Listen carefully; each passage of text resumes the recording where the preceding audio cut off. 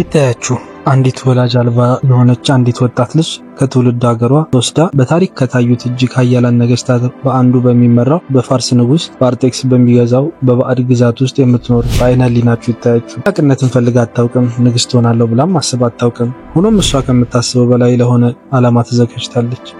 ይህ የአስቴር ታሪክ ደፋር የሆነች ሴት እምነትና መለኮታዊ ዕጣ ፈንታ ነው። ወደ ታሪኩ አብረን እንግባ። ከህንድ እስከ ኢትዮጵያ በ127 አውራጃዎች ገዢ የነበረው ንጉስ አርጤክስ በንጉሱ ቤተ አትክልት ውስጥ ባለው አደባባይ የ7 ቀን ታላቅ ግብዣ አደረገ። ንግስቲቱ ማስቲን በንጉሱ በአርጤክስ ቤተ መንግስት ለሴቶች ግብዣ አደረገች። በበዓሉ 7ኛ ቀን ላይ ንጉሱ አርጤክስስ የወይን ጠጅ ጠጥቶ ደስ ባለው ጊዜ ንግስቲቱ አስቲንን መልከ መልካም ነበረች። ውበቷን ለአሕዛብና ለአለቃዎች እንዲታይ የመንግስቱን ዘውድ ጭነው ወደ ንጉሱ ፊት ያመጧት ዘንድ በፊቱ የሚያገለግሉትን 7 ጃንደረቦችን አዘዘ። ነገር ግን ንግስቲቱ አስቲን በጃንደረባዎች እጅ በላከው በንጉሱ ትእዛዝ ትመጣ ዘንድ እምቢ አለች። ንጉሱም እጅግ ተቆጣ፣ በቁጣውም ተናደደ። ከዚህም በኋላ የንጉስ አርጤክስ ንዴት በበረደ ጊዜ አስቲንን ያደረገችውን የፈረደባትም ነገር አሰበ። አስቲንንም ረሳት። ንጉሱ በጣም ተናዶ አስቲንን አስወግዶ አዲስ ንግስት ፈለገ።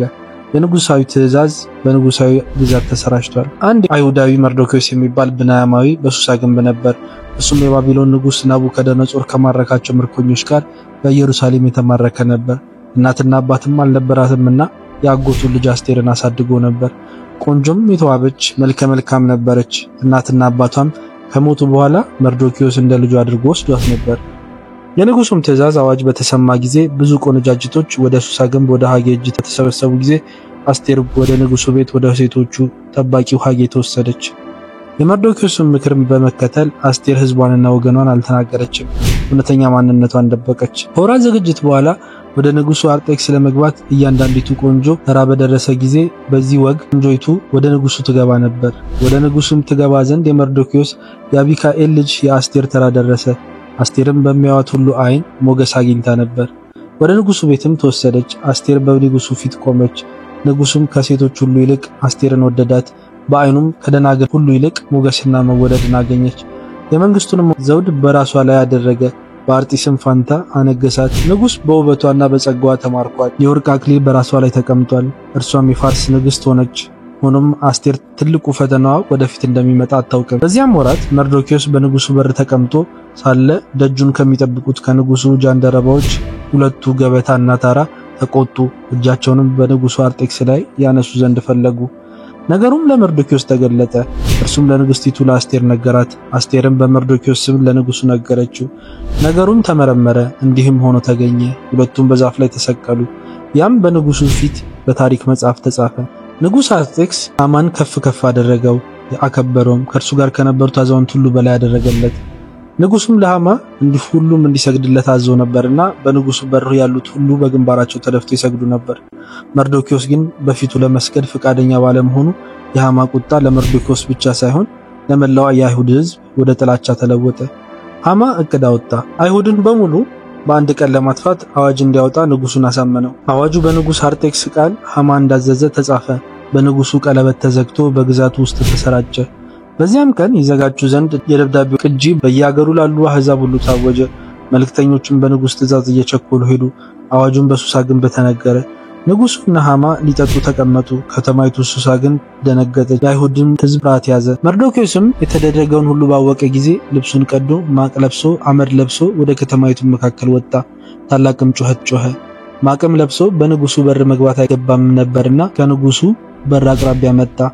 አስቴርም ደንገጠሮቿና ጃንደረቦቿ መጥተው ነገሯት። ንግስቲቱም እጅግ አዘነች። ማቁንም ለውጦ ልብስ ይለብስ ዘንድ ለመርዶክዮስ ሰደደችለት። እርሱ ግን አልተቀበለም። አስቴርም ያገለግላት ዘንድ ንጉስ ያቆመውን ጠርታ ይህ ነገር ምንና ምን እንደሆነ ያሳውቃት ዘንድ ወደ መርዶክዮስ እንዲሄድ አዘዘችው። እርሱም ወደ ከተማይቱ አደባባይ ወደ መርዶክዮስ መጣ። ለአስቴርም እንዲያሳያት ለመጥፋታቸውን በሱሳ የተነገረውን የአዋጁን ጽሕፈት ቅጂ ሰጠው። ወደ ንጉስም ገብታ ስለ ሕዝቧ ትለምነውና ትማልደው ዘንድ እንዲነግራትና እንዲያዛት ነገረው። አስቴርም ለመርዶክዮስ እንዲህ የሚል መልእክት ሰጠች።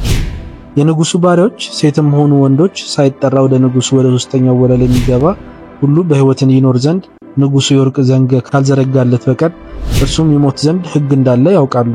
እኔ ግን ወደ ንጉሱ ለመግባት ይህን 30ውን ቀን አልተጠራሁም አለችው። አክራትዮስም የአስቴርን ቃል ለመርዶክዮስ ነገረው። ለአስቴርም መልእክት ላከ። አንቺ በንጉስ ቤተ መንግስት ውስጥ ስላለሽ ከአይሁድ ሁሉ ይልቅ እድናለሁ ብለሽ በልብሽ አታስቢ። በዚህ ጊዜ ቸል ብቲ ረፍትና መዳን ለአይሁድ ከሌላ ቦታ ይሆንላቸዋል። አንቺና የአባትሽ ቤት ግን ትጠፋላችሁ። ደሞስ ወደ መንግስት የመጣሽው እንደዚህ ላለው ጊዜ እንደሆነ ማን ያውቃል አላት። አስቴርም ሕይወቷን አደጋ ላይ ለመጣል ወይም ዝም ለማለት ምርጫ ገጥሟታል።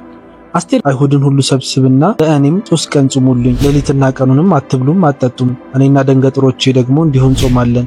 ምንም እንኳን ያለ ሕግ ውጭ ቢሆንም ወደ ንጉሱ ሄዳለሁ፣ ብጠፋም እጠፋለሁ በማለት መልሳ ለመርዶክዮስ ላከችለት። 3 ቀን አልፈዋል። አስቴር ንግስና ልብሷን ለብሳ ሳትጠራ ወደ ዙፋኑ ክፍል ገባች። ዝምታ ወድቋል። ንጉሱ የወርቅ ዘንግ ይዘረጋል ወይስ እንድትገደል ያደርጋል? አርጤክስ በእጁ የነበረውን የወርቅ ዘንግ ለአስቴር ዘረጋላት። አስቴርም ቀርባ የዘንጉን ጫፍ ነካች። ንጉሱም ንግስት አስቴር ሆይ የምትለምኙ ምንድነው? የምትሹስ ምንድነው? እስከ መንግስቴ እኩሌታ ድረስ ይሰጥሻል አላት። አስቴር ግን ጠቢብ ነች። ንጉሱንና ሃማን ግብዣ ጠራቻቸው። እንዲህም አለች፣ ለንጉሱ መልካም ሆኖ ቢታይ ንጉሱ ወዳዘጋጀውለት ግብዣ ከሃማ ጋር ዛሬ ይምጣለች። በጥንቃቄ መገለጥ መድረክን አዘጋጅታለች። ንጉሱም አስቴር እንዳለች ይደረግ ዘንድ ሃማ አስቸኩሉት አለ። ንጉስና ሃማ አስቴር ወዳዘጋጀችው ግብዣ መጡ። በግብዣውም በጣም የተደሰተው ሃማ ለቤተሰቡ በጉራ ተናገረ። መርዶክዮስ ግን ጸንቶ መቆሙን ሲያይ ደስታው ወደ ቁጣ ተቀየረ። በዚያ ምሽት መርዶክዮስን ሊገለው ከቤተሰቡ ጋር አሴረ። እሱን ለመስቀል ግንድ ሰራ። ይህ በእንዲህ እንዳለ ንጉሱ እንቅልፍ አጥቶ ነበር። የንጉሳዊ መዝገቦች እንዲነበቡ አዘዘ። በንጉሱም ፊት ተነበበ። በአንድ ወቅት ደጁን ከሚጠብቁት ገበታና ታራ እጃቸውን በንጉሱ በአርጤክስ ላይ ያነሱ ዘንድ እንደፈለጉና መርዶክዮስም ሕይወቱ እንዳዳነ ተጽፎ አገኘ። ንጉሱም ስለዚህ ነገር ለመርዶክዮስ ምን ክብርና በጎነት ተደረገለት አለ።